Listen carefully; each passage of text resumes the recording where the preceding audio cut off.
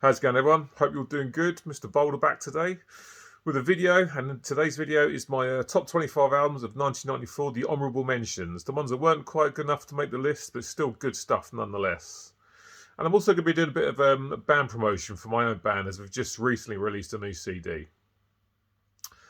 First of all, let's get into the albums from 1994 that weren't quite good enough for the top 25. We're going to kick off with Prong, and this is Cleansing.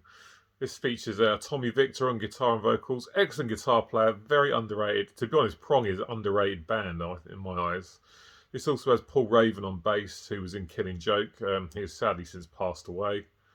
For me, the second half of this album was just as good as the first half, and this would easily be in the top 25. But for me, the second half of this album just isn't anywhere near as strong as the first. I mean, the first half is just superb. We've got stuff on us like Another Worldly Device, which is great. Whose Fist Is It Anyway? A fantastic song. Snap Your Fingers, Snap Your Neck. You'll probably know that. It was quite a big deal at the time. Cut Rate, Broken Piece is really good. But then, yeah, the second half is just not as good for me. This last track, Test, that's probably my favourite from the second half of this album. But stuff in this, like Not of This Earth, No Question, is okay, but it's just not as strong as the rest for me. But still a good album, nonetheless. It's just a shame the second half isn't as good as the first. So that's the first one, that's Prongs, Cleansing. Up next is a band for me that's never really lived up to the hype. This is Caius, and Welcome to Sky Valley. I still like this album, and I got the one before, Blues and Red Sun. Caius is one of those bands that had a big reputation, so when I picked these CDs up last year, I was expecting really big things. And whereas I do enjoy this and the album that comes before it, they've never blown me away like I was expecting them to. There was a lot of hype, and they just haven't lived up to the hype for me. But still good stuff. Josh Homme from Queens of Stone Age here. I think it's Jerry Garcia on vocals. Really enjoy his voice. Really, really good stuff. I mean, 100 Degrees, Space Cadet, Demon Cleaner, Asteroid, Odyssey, stuff like that. It's good, you know, desert rock, big riffs, some songs I really enjoy, but some that are just a little bit forgettable for me. So hence it hasn't made the top 25, but still a good release. But yeah, never really quite lived up to their reputation for me, but still okay stuff. Up next, and I have to get my box set out here, is Erase from Gorefest, which they obviously put out in 1994. Decent album, I do enjoy it.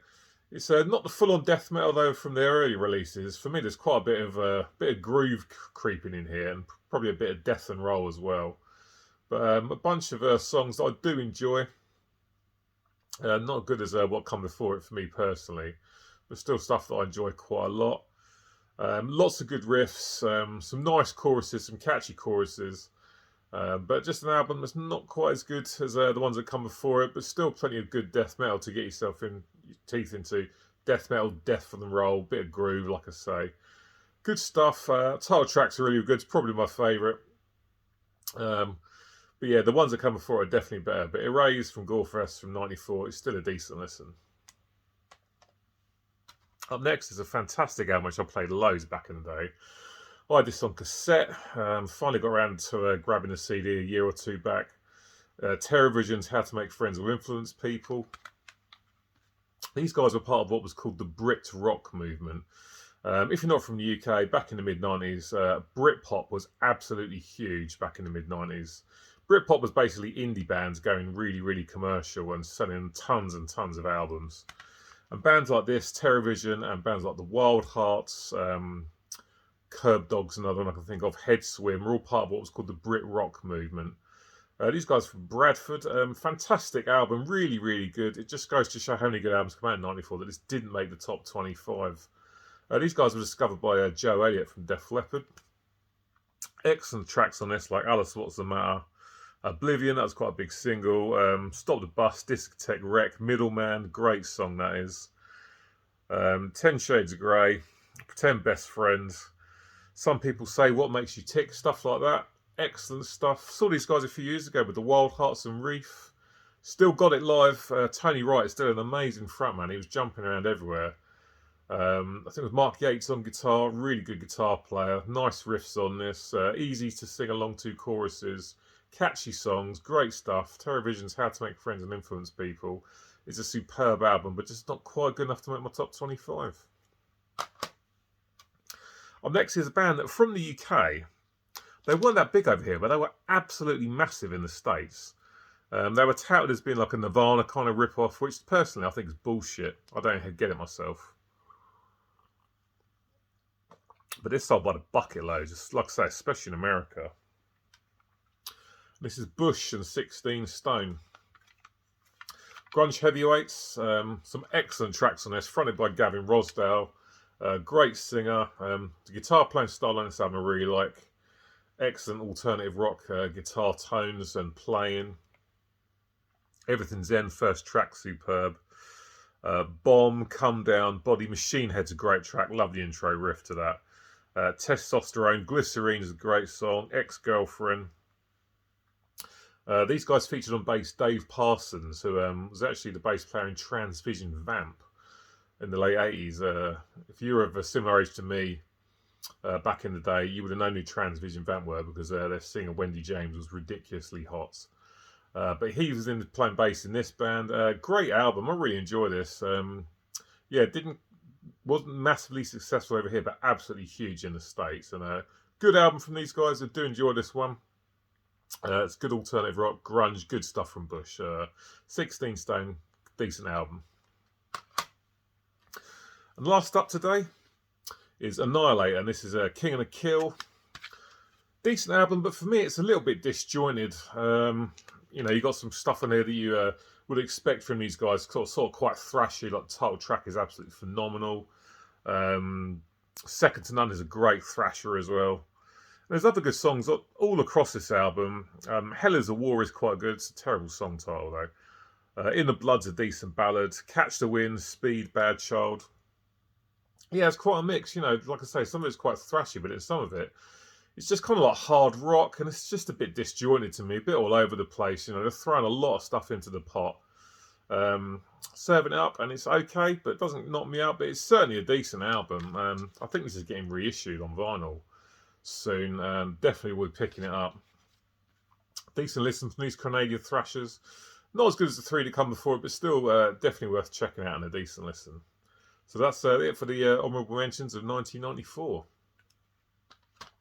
So yeah, a bit of a band promotion now. My band I'm in, of Concrete Gods, we've recently released a 5-song acoustic EP. This came about a couple of years ago when the rehearsal studios finally opened up after lockdown.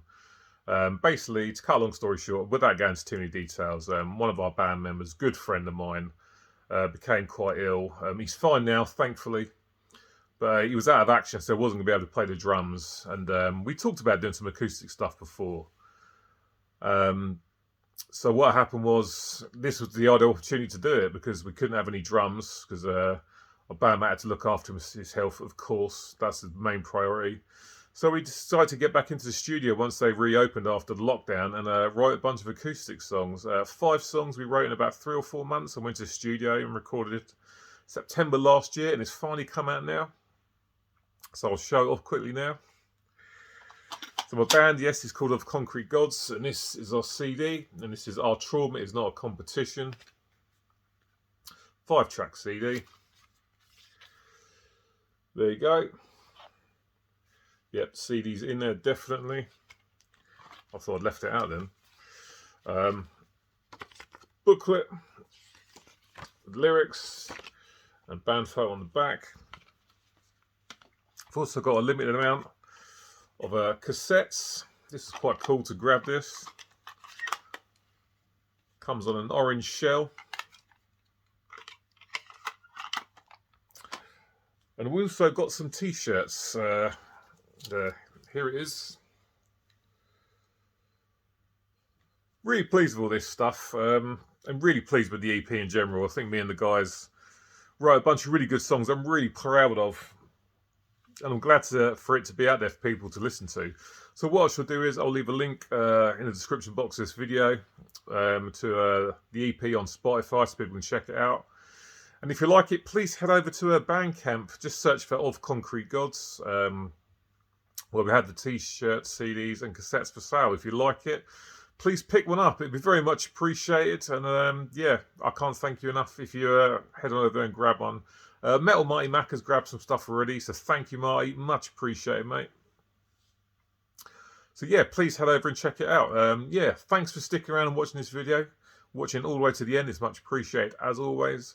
I'll be back with you next week. Look after yourselves, take care, and I'll see you soon. Cheers.